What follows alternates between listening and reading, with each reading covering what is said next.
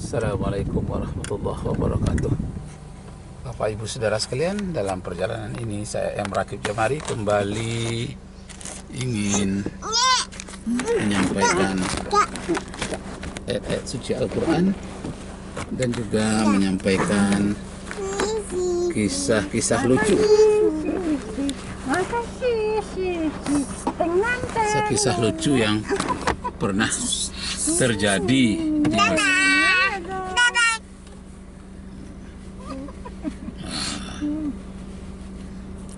Kisah-kisah lucu sekarang ini adalah kisah lucu yang ke-29. Ya. Kisah lucu. Mas War biasa kalau pakai mas-mas ini pasti Jawa. Kisah lucu yang ke-29.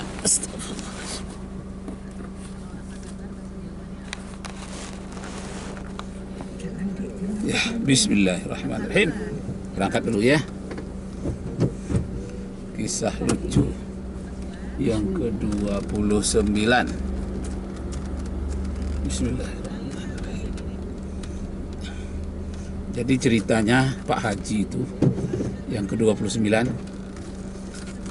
Pak Haji di Amsterdam dengan pastor. Kata Pak Haji itu, mengapa saya dikasih makanan babi, sup babi, segala kaitannya dengan panggang babi. Inilah yang paling enak, kata pastor. Kata Pak Haji tadi tidak mau. Bodoh katanya, tidak tahu yang enak, sambil dia bergurau. Ketika perjalanan pulang, kata Haji ini kepada pastor, saya tidak sempat singgah di rumah Tuan. Berikan saja roti ini kepada anak Tuan. Hah? Pada anak saya? Saya mana punya anak? Saya kan pastor. Kalau Tuan nggak punya anak, nggak apa-apalah. Berikan saja kepada istri Tuan. Hah? Mana punya istri?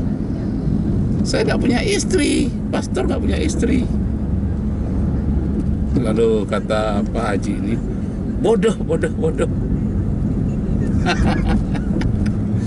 Nah, jadi Bapak Ibu, saudara-saudara sekalian, Bodoh, nggak tahu. tak boleh sampaikan ke ujung. Tapi yang penting dalam kisah lucu tadi itu ialah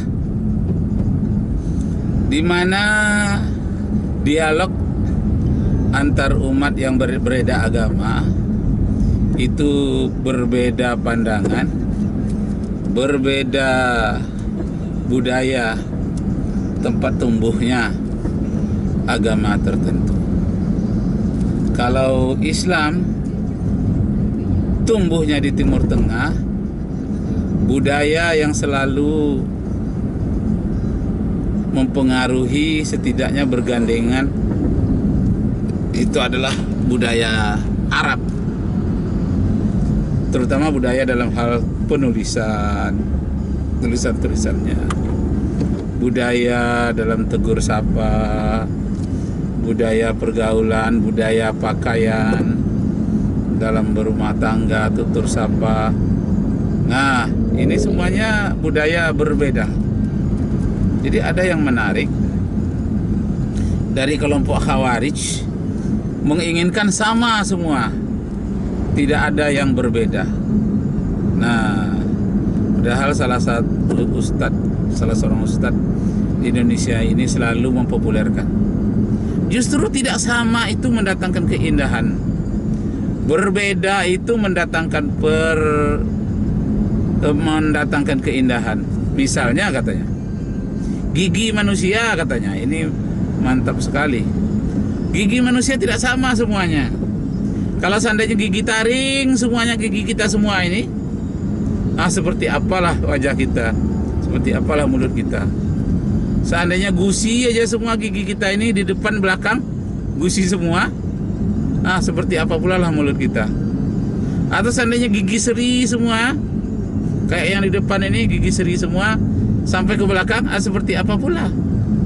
Tapi Allah tidak menciptakannya sama. Walaupun sama-sama gigi, tapi bentuknya dibuat berbeda-beda.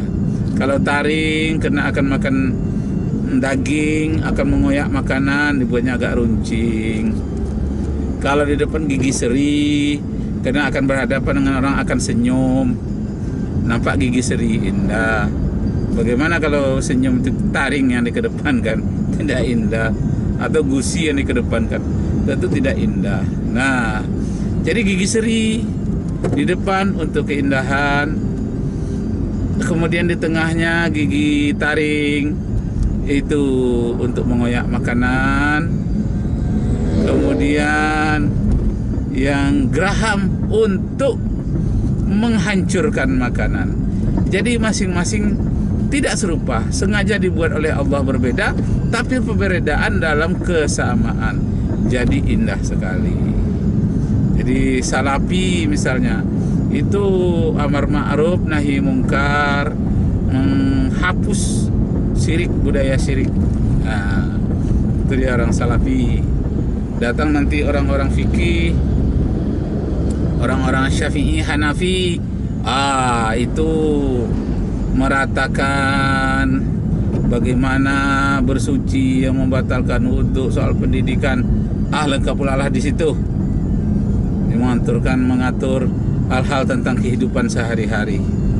Lalu yang ketiga, datang pula orang sufi, orang tasawuf, penekanannya kepada akhlak, budi pekerti. Bagaimana akhlak tasawuf, budi pekerti yang baik, sebagaimana Rasulullah sallallahu alaihi wasallam. Jadi tiga ini, salafi, fikih mazhab, tasawuf, sufi. Ini tiga-tiga ini adalah merupakan kombinasi yang indah. Orang salafi jangan menyalahkan orang bermazhab. Orang mazhab yang empat jangan pula lah menyalahkan orang-orang sufi. Nah, ketiga-tiga ini mempunyai peran masing-masing, seperti gigi seri, geraham, dan gigi taring itu tadi. Nah, jadi Bapak Ibu Saudara sekalian, jadi dalam kehidupan kita ini kita harus menerima perbedaan. Mau atau tidak tahu, mau, suka atau tidak suka. Nah, bagaimana kalau gigi serinya terlalu banyak atau taringnya terlalu banyak? Itu sifatnya supaya seimbang, sifatnya dakwah. Jadi bukan memaksa, bukan memerangi, bukan menuduh kafir, menuduh bid'ah, tapi berdakwah saja dengan cara yang baik. Ud'u ila sabili rabbika bil hikmah wal mau'izatil hasanah wajadilhum billati hiya ahsan. Shadaqallahul azim. Nah, itu tadi Bapak Ibu serta saudara-saudara sekalian, kembali kepada persoalan perbedaan pendapat, perbedaan keyakinan antara Pak Haji yang diceritakan tadi pada umur yang ke-29, antara Pak Haji dan pastor itu tadi. Nah, Bapak Ibu saudara-saudara sekalian, jadi saya pernah bertanya, kenapa pastor itu tidak menikah? Rupanya ada disebutkan di dalam kitab 1 Korintus oleh Paulus, diterangkan supaya melayani Tuhan saja. Artinya melayani Tuhan itu melayani hamba-hamba Tuhan yang berkaitan dengan ibadah saja. Jadi tidak tersibukkan dengan politik, masalah istri, masalah yang berkaitan dengan rumah tangga, tapi cukup melayani umat di rumah ibadah. Itulah kenapa di kalangan para rahib, pastor, biarawan, biarawati itu, makanya dia tidak menikah. Nah, itu pun pernah ditanyakan orang kepada Nabi Muhammad sallallahu alaihi wasallam. Ada seorang rahib yang sering hampir tiap hari puasa saja dia, dan tidak menikah dia. hanya beribadah saja di tempat ibadahnya. Rahib ini, orang-orang yang membujang terus sampai tuanya ini, datang kepada Rasulullah beramai-ramai, didampingi oleh para sahabat Rasulullah. Maka para sahabat mempersilakan orang ini bertanya. Ya Muhammad, kata mereka, kami kira kami ini lebih taat daripada engkau. Saking taatnya kami tidak beristri. Saking taatnya kami puasa setiap hari. Saking taatnya kami hanya tidur di rumah ibadah, tidak tidur di rumah kami masing-masing. Jawab Rasulullah, aku ini nabi, aku ini rasul, tapi aku juga punya istri. Berikan hak naluri fitrah manusia kita menurut haknya, kata Rasulullah. Aku juga tidak puasa setiap hari, hanya puasa pada hari-hari tertentu, bulan-bulan tertentu. Berikan hak kepada perutmu, kepada keinginanmu sekedar haknya. Lalu kata Rasulullah, aku juga tidak tidur di rumah ibadah, aku tidur di rumahku. Tapi aku kadang-kadang waktu tertentu aku juga bisa tidur di rumah ibadah. Berikan hak badan kepada badanmu, hak naluri kepada hawa nafsumu mutmainnah, nafsu yang wajar. Berikan hak kepada matamu untuk tidur, masing-masing ada haknya. Dan berikan hak untuk mengabdi kehadiran Allah Subhanahu wa ta'ala, bangun di tengah malam sesuai hak dengan naluri manusia ingin mengabdi kepada Allah. Nah, jadi Bapak Ibu yang terhormat, kesimpulannya Rasulullah tidak setuju dengan orang yang banyak di masjid sholat sunat aja terus, tapi tidak berusaha. Tidak ingin Rasulullah melihat orang tuh mengaji aja terus, mengaji sepanjang umurnya, tidak berusaha sampai-sampai dia melalaikan kewajibannya terhadap istrinya sendiri dan keluarganya. Kalau ditanya oleh keluarganya, mau kemana bang? Ini 3 bulan mau khuruj. Tanya lagi kemana? Ini 3 minggu mau khuruj. Tanya lagi kemana? Ini 3 hari dalam seminggu mau khuruj. Nah, itu boleh, tidak apa-apa khuruj itu. Yang dilarang oleh Rasulullah bukan itu. Yang dilarang oleh Rasulullah itu adalah melalaikan tanggung jawabnya dalam keluarga. Karena istri ada haknya, anak ada haknya, tubuh kita pun ada haknya, masyarakat pun ada haknya. Jadikanlah, buatlah keseimbangan antara hak itu masing-masing.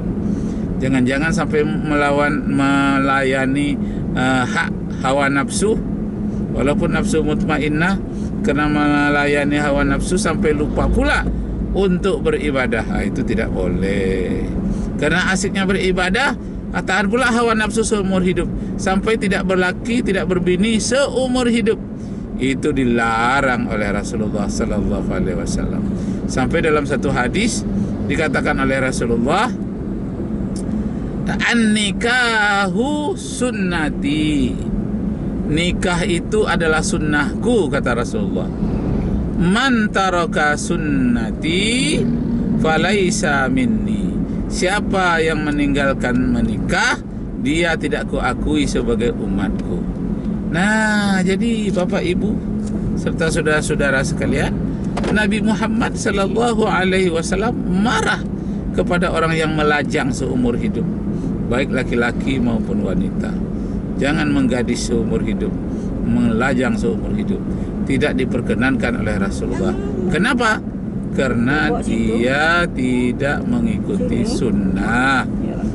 Jadi ada sunnatullah, aturan Allah yang diletakkan pada alam semesta, yang disebut dengan hukum alam. Jadi hukum alamnya manusia kawin, manusia menikah itu adalah memang merupakan hukum alamnya, jangan dilawan. Itu natur. Kalau dilawan, nah itulah yang terjadi seperti di Eropa. Banyak tempat-tempat ibadah yang ditutup karena pemuka agamanya mengadakan hal-hal hubungan seksual naluri fitrahnya yang tidak benar, yang tidak lurus, tanpa nikah. Itu membuat malu. Sampai-sampai ada satu rumah ibadah di Eropa terpaksa menjual rumah ibadahnya untuk membayar kompensasi kepada anak-anak yang dididik di sekolah minggu yang terkena hal-hal yang berkaitan dengan kekerasan dalam bidang seksual. Nah, jadi Bapak Ibu saudara-saudara sekalian, rupanya di dalam Islam itu hal-hal yang berkaitan dengan hal-hal yang tersembunyi itu pun diatur. Hal-hal yang bersifatnya rahasia seperti tidak menikah seumur hidup itu seharusnya dirahasiakan. Itu pun diatur di dalam Islam. Aturannya itu menguntungkan bagi manusia, menguntungkan bagi masyarakat, bukan hanya menguntungkan bagi orang-orang yang tertentu.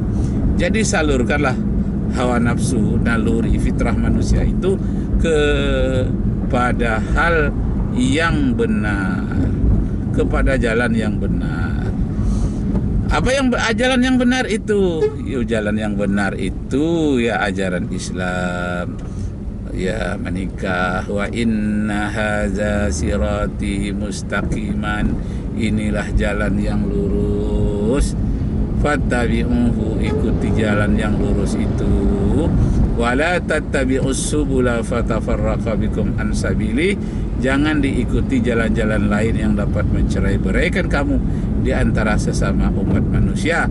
Dzalikum wassakum bihi la'allakum tattaqun.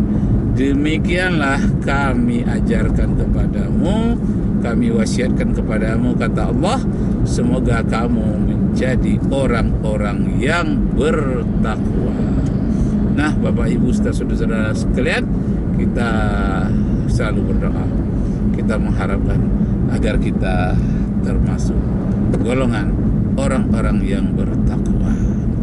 Takwa itu terdiri dari 3 huruf. Ta-nya itu tawadu, rendah hati. Ka-nya itu qawiyun, menjadi kuat.